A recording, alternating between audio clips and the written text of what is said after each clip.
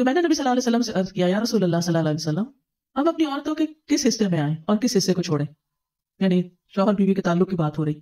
یہ بھی ایک بہت آج کے دور کا ہر دور کا مسئلہ ہے، لیکن آج کے دور میں اور بھی گمبھیر ہوتا چلا جا رہا ہے بہت سی چیزوں سے ایکسپوز ہونے کی وجہ سے. تو کیا جائز حد ہے اور کیا نہیں ہے فزیکل ریلیشن شپ کے لیے؟ کس حصے کو استعمال کیا جا سکتا ہے کس کو نہیں، یہ سوال. تو اس پر آپ صلی اللہ علیہ وسلم نے فرمایا تمہاری بیوی تمہارا کھیت ہے، تم اپنے کھیت میں جہاں سے چاہو آؤ. جہاں سے چاہو آؤ کا مطلب کیا ہے کہ جہاں سے کلٹیویشن ہو سکتی، یعنی کہ کھیت کے تعلق سے کیا بتایا نساؤکم حرث لکم فأتوا حرثکم انا شئتم. انا شئتم کا مطلب انا جو ہے ظرف زمان و مکان دونوں کے لیے آتا ہے کہ جانے کا کوئی خاص وقت مقرر نہیں کہ یہ دن ہے یا رات ہے، ایسی کوئی پابندی شریعت نے نہیں رکھی. اور اسی طرح جب کھیت کہہ کے بیوی کو بتایا گیا تو اس میں اس کی یعنی کہ اس کی قدر و قیمت اور اس کی حفاظت اور اس کی سرسبزی اور خوشحالی اور وہ ساری چیزیں اپنی جگہ ہے. پلس یہ بہت ہی حکمت کی بات ہے کہ کھیت میں کچھ اگ جب ہی سکتا ہے جب اس میں بیج ڈالا جائے. تو اب شوہر بیوی کے ساتھ کیسا تعلق قائم کرے کہ اولاد پیدا ہو سکے؟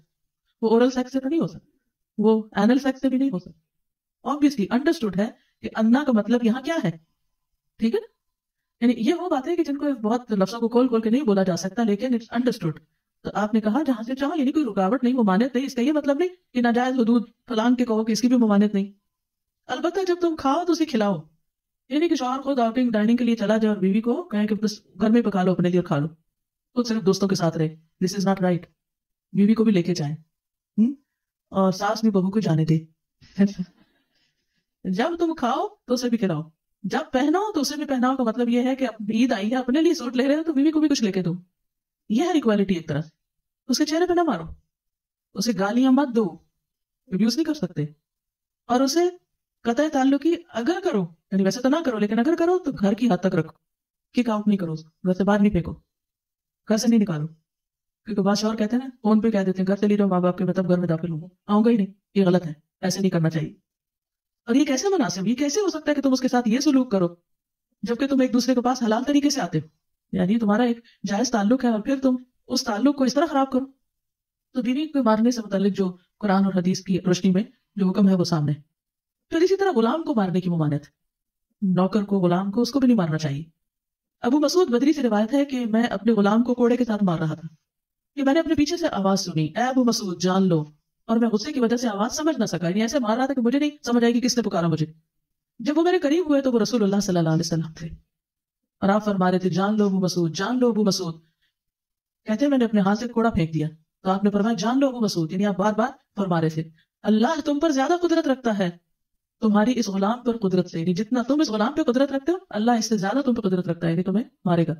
کہتے ہیں کہ میں نے عرض کیا اللہ کے رسول صلی اللہ علیہ وسلم میں اس کے بعد کبھی غلام کو نہیں ماروں گا. اور بعض روایت میں آتا ہے کہ انہوں نے آزاد کر دیا. ابو عمر زازان سے روایت ہے، کہتے ہیں کہ ہم لوگ ابن عمر کے پاس تھے، انہوں نے اپنے غلام کو بلایا جسے انہوں نے مارا تھا. انہوں نے اس کی پیٹھ کھول کر دیکھی، کہا کیا تمہیں تکلیف ہو رہی ہے؟ اس نے کہا نہیں. اس کے بعد ابن عمر نے غلام کو آزاد کر دیا اور ایک تنکا زمین سے اٹھایا اور کہا کہ مجھے اس کا اتنا بھی اجر نہیں ملے گا جتنا اس تنکے کا وزن ہے. میں نے کہا ابو عبد الرحمن آپ ایسے کیوں کہہ رہے ہیں؟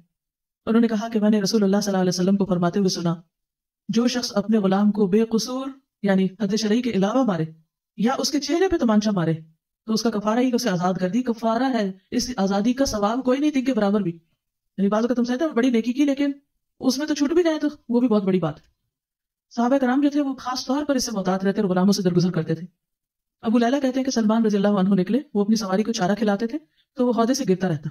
ہودہ کیا کہتے ہیں؟ وہ چیز محمل باسکٹ کہہ لیں جس میں اس کا چارہ رکھ دیا جاتا.